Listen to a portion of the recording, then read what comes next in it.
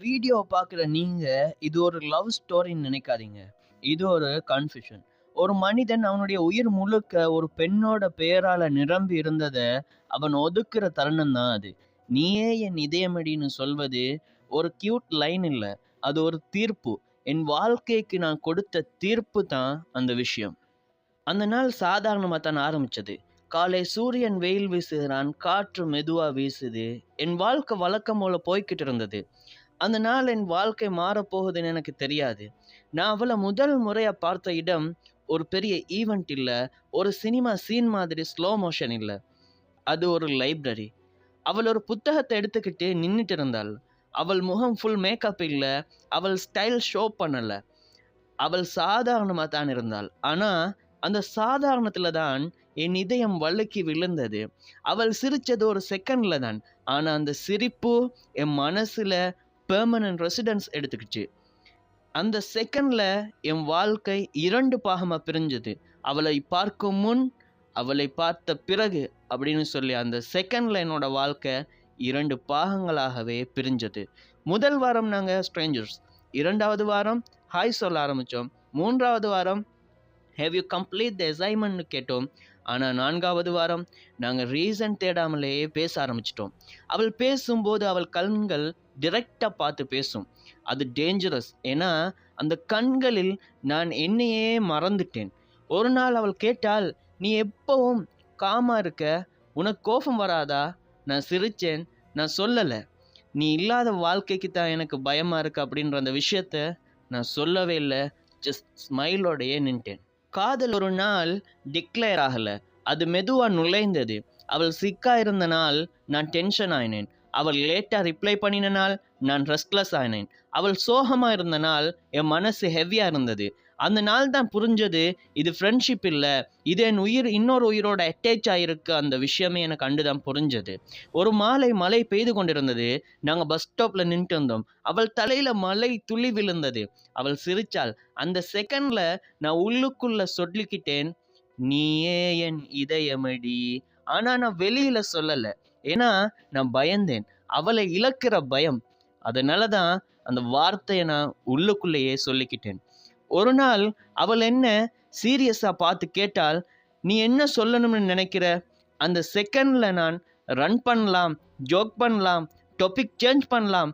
ஆனா நான் டயர்டா இருந்தேன். என் மனசை ஹைட் பண்றது டயர்ட். நான் மெதுவா சொன்னேன், "நீ இல்லாத வாழ்க்கை நான் இமேஜின் பண்ண முடியல." அவள் அமைதியா இருந்தாள். அந்த சைலன்ஸ், அவள் அமைதியா இருந்த அந்த சைலன்ஸ் என் வாழ்க்கையில லாங்கஸ்ட் மினிட் மாதிரியே விளங்குச்சு. ஆனா அவள் இருந்தது வெறும் கொஞ்சம் சாதாரண செகண்ட் கணக்கு அமைதிதான். பிறகு அவள் சொன்னாள், "நானும்." அந்த நானும் என்ற வார்த்தை என்னை அப்படியே ஆகாயத்திலேயே பறக்க வச்சுச்சு. அந்த ஒரு வேர்டு என் வாழ்க்கைக்கு புதிய பர்த் சர்டிஃபிகேட் போல இருந்தது. நாங்கள் பெரிய ப்ராமிஸ் பண்ணலை, ஃபார் எவர்னு ஓவராக பேசலை. ஆனால் நாங்கள் சிம்பிளாக இருந்தோம். Morning good morning voice note, random memes, late night deep talks. அவள் ட்ரீம்ஸ் பற்றி பேசுவாள், நான் ஃப்யூச்சர் பற்றி பேசுவேன். அவ்வளோதான். ஒரு நாள் அவள் சொன்னால், "நான் உன் லைஃப்பில் பர்டன் ஆக மாட்டேனே." நான் உடனே சொன்னேன், "நீ பர்டன் இல்லை, பேக் போன்." காதல் ஸ்மூத்தாக போகாது. அவள் ஃபேமிலி ஸ்ட்ரிக்ட், ஆனால் என்னோட ஃபேமிலி ட்ரெடிஷ்னல். நாங்கள் different cost, different background. Society நம்ம காதலுக்கு காம்ப்ளிகேட்டட்னு டெக் கொடுத்தது. ஒரு நாள் அவள் அழுதுகிட்டு சொன்னால், "நம்மால் முடியாதோ." அந்த செகண்டில் என் இதயம் நொறுங்கியது. ஆனால் நான் சொன்னேன், "நம்ம சொசைட்டி அக்செப்ட் பண்ணலன்னா நாம் ஒருத்தர் அக்செப்ட் பண்ணுவோம்." லைஃப் ப்ராக்டிக்கலாக வந்தது. Job pressure, family pressure, marriage talks. அவள் வீட்டில் ஏலியன்ஸை பார்த்தாங்க, நான் ஹெல்ப்லெஸ். அந்த இரவு நான் ஃபுல்லாக உடைந்தேன். நான் அவளுக்கு கால் பண்ணினேன், அவள் சைலண்ட். பிறகு மெதுவாக சொன்னால், "நீ ஸ்ட்ராங் ஆயிரு." அந்த சென்டென்ஸ் என்னோட உயிரை அப்படியே நசுக்கிச்சு. அந்த நாட்கள் எளிதானவை இல்லை. அவள் வீட்டில் தினமுமே திருமண பேச்சு, என் வீட்டில் நேரம் ஆகுதுன்ற அழுத்தம். நாம இருவரும் ஃபோனில் பேசும்போது கூட சிரிப்பு ஃபோக்கஸ்டாக இருக்கும். சொற்கள் கவனமாக தேர்வு செய்யப்பட்டவையாகவே இருக்கும். ஒரு நாள் அவள் கேட்டால், "நம்ம ஃப்யூச்சர் நிச்சயமாக இருக்கா?" நான் பதில் சொல்லாமல் இருந்தேன். ஏன்னா எனக்கு பயம். நான் சொல்லும் வாக்குறுதி நிறைவேறலைன்னா அந்த சைலன்ஸ் தான் நம்ம ரிலேஷன்ஷிப்பில் முதல் பெரிய கிராக். அந்த நாள் நாங்கள் இருவரும் டயர்டு. அவள் எமோஷ்னல், நான் ஃப்ரஸ்ட்ரேட்டட். அவள் சொன்னால், நீ என்ன ஃபைட் பண்ணுற அளவுக்கு கூட ஸ்ட்ராங் இல்லை. அந்த வார்த்தை என் ஈகோவுக்கு வலிக்கலை, என் காதலுக்கு வலி கொடுத்தது. நான் கோபத்தில் சொன்னேன், நீ ஸ்ட்ராங்காக இருந்தால் நீயே டிசிஷன் எடு. அந்த செகண்டில் நம்ம இருவரும் ஒருத்தரை ஒருத்தர் காயப்படுத்தினோம். அவள் கோல் கட் பண்ணினாள். அந்த டோன் இன்னமும் என்னோட காதில் ஒழிச்சு கொண்டே இருக்குது. அந்த இரவு மெசேஜ் வந்தது, நம்ம இதை இங்கேயே நிறுத்திக்கலாம். அந்த மெசேஜை பார்த்த செகண்டில் என்னோட இதயம் லிட்ரலி ஹெவியானது. நான் ப்ரீத் பண்ண முடியாத அளவுக்கு ஹெவியானது. என்னோட பிரைன் ப்ராக்டிக்கலாக சொல்லுது இதுதான் நல்லது, ஆனால் என்னோட ஹார்ட் கத்துது நீயே என் இதயமடி. நான் அவளுக்கு லாஸ்ட் மெசேஜ் அனுப்பினேன், நான் உன்னை இழக்க முடியாது, ஆனால் உன்னை காயப்படுத்தியும் வைக்க மாட்டேன். அவள் ரிப்ளை பண்ணலை. அந்த சைலன்ஸ் ஒரு ஃபெனரல் மாதிரி. பிறந்தது முதல் நான் காமாக இருந்தவன், ஆனால் அந்த பிரிவுக்கு பிறகு நான் நானாகவே இல்லை.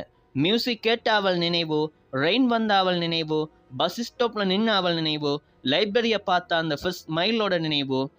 என் ஃப்ரெண்ட்ஸ் எல்லாருமே என்கிட்ட சொன்னாங்க மூவ் ஆன் பண்ணடா அப்படிங்கிற மாதிரி. அது ஒரு ஈஸி வேர்டு. மூவ் ஆன்னு சொல்கிறது ஹார்ட் ஸ்விட்ச் ஆஃப் பண்ணுறது இல்லை.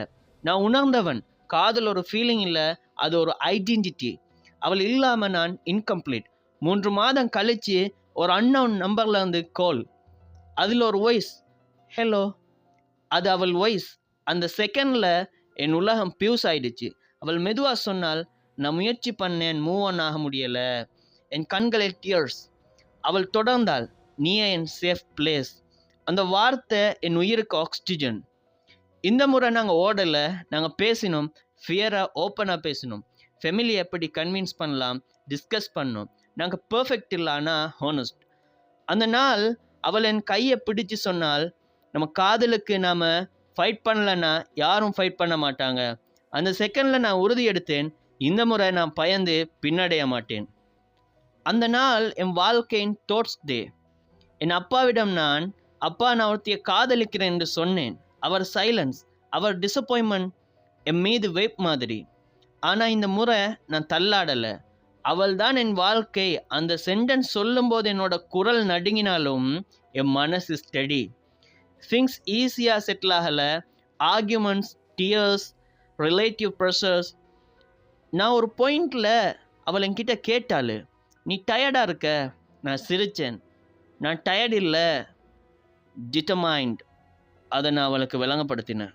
சில மாதங்கள் கழித்து 2 குடும்பங்களுமே ஃபைனலி மீட் பண்ணுது. Tension, silence, acquired smiles. ஆனால் அங்கே ஒரு விஷயம் கிளியர். நாங்கள் இருவரும் ஒருத்தர் விட்டு கொடுக்க ரெடி இல்லை. அந்த உறுதி தான் 2 குடும்பங்களையும் சொஃப் பண்ணியது. இன்று அவள் என் அருகில் இருக்கிறாள்.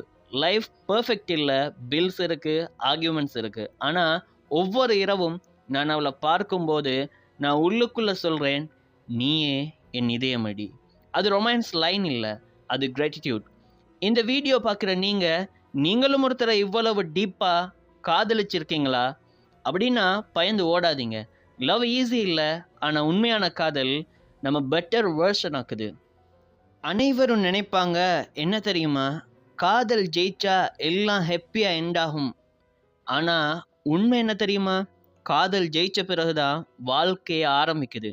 திருமணத்துக்கு பிறகு முதல் மாதம் எல்லாமே புதுசு. சிரிப்பு, சின்ன சின்ன சர்ப்ரைசஸ், லேட் நைட் டாக்ஸ், எல்லாமே புதுசு. ஒரு நாள் அவள் கிச்சனில் சமைச்சிக்கிட்டு இருந்தா. நான் பின்னாடி போய் அவளை கட்டி பிடிச்சேன். அவள் சிரித்த அந்த சிரிப்பு. உடனே சொன்னால், இப்பயுமே லைப்ரரியில் பார்த்த மாதிரி தானே பார்க்குற? நான் மெதுவாக சொன்னேன், அந்த ஃபர்ஸ்ட் டே ஃபீலிங் இன்னும் என்னை விட்டு போகலை.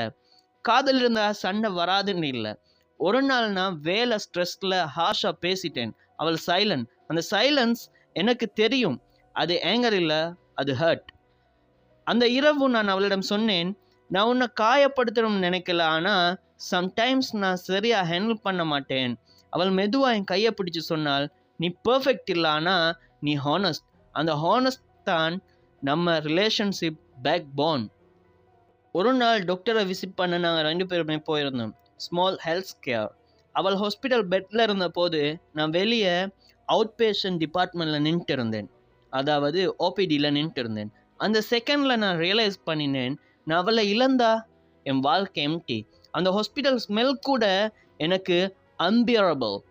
அவள் லேதரா சிரிச்சிட்டு ஒரு வார்த்தை சொன்னான், நீ ஏன் இவ்வளவு டென்ஷன்? நான் ஒன்றுமே அதுக்கு பதில் சொல்லலை. ஆனால் உள்ளுக்குள்ள நான் கடவுளிடம் ஒரே ஒரு ப்ரேயர் பண்ணிக்கொண்டே இருந்தேன், அவளை எடுத்துக்காத, அவள் இல்லாத வாழ்க்கை வேண்டாம் அப்படிங்கிற மாதிரி. ஒரு மழை இரவு, கரண்ட் போயிட்டது, டார்க் ரூம். நாங்கள் பெல்கனியில் நின்று மலையை பார்த்தோம். அவள் சடனாக கேட்டால், நீ என்னை இவ்வளவு காதலிக்க காரணம் என்ன? நான் சிரித்தேன். நீ என் வாழ்க்கையை ஈஸியாக்கலை, நீ என்னை ஸ்ட்ராங் ஆக்கிய. அவள் என் தோளில் தலை வச்சுக்கிட்டாள். அந்த மூமெண்டில் தான் என் வாழ்க்கை ஃபுல் சர்க்கிள் ஆன மாதிரியே ஃபீல் ஆச்சு. நான் ஏன் நீயே என் இதயமடின்னு சொல்கிறேன் தெரியுமா?